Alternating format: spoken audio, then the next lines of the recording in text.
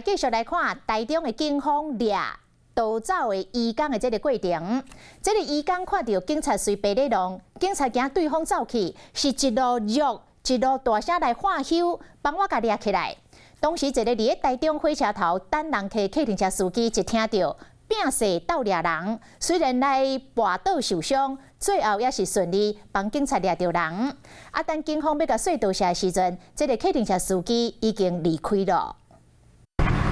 环境当日捉一个穿乌衫查甫人，因为伊唔只向骑奥多摆拒绝滥杀，佫是一个逃走的移工。我抓住他！移工一路走互警察捉，环境骑奥多摆是捉甲千只力，赶紧化支援。帮我抓住他！雄雄一个穿黄衫查甫人，骹手一尾链搬过栏杆。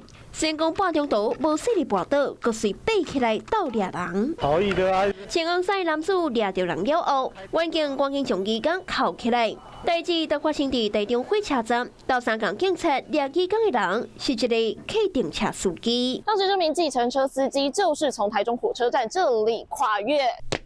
再一路从 A 月台跑到 C 月台，替原警逮到这么一公。那个司机见义勇为啊！礼拜六、礼拜天的话，都是外围的司机，他会聚集在台中火车站。我本人遇到我是会啦，因为大家这司机都是很见义勇为的啦。白班的客运车司机讲，唔捌这个司机，可能是为病院或者是其他所在载人客来到台中火车站，拢学到伊真勇敢。在远警的一路追缉及民众 热心的协助下，全案讯后移送移民署台中专庭队续办。警察和民众合作，将移工送到地检署。警方讲，等要找这个司机甲隧道下时，伊已经离开。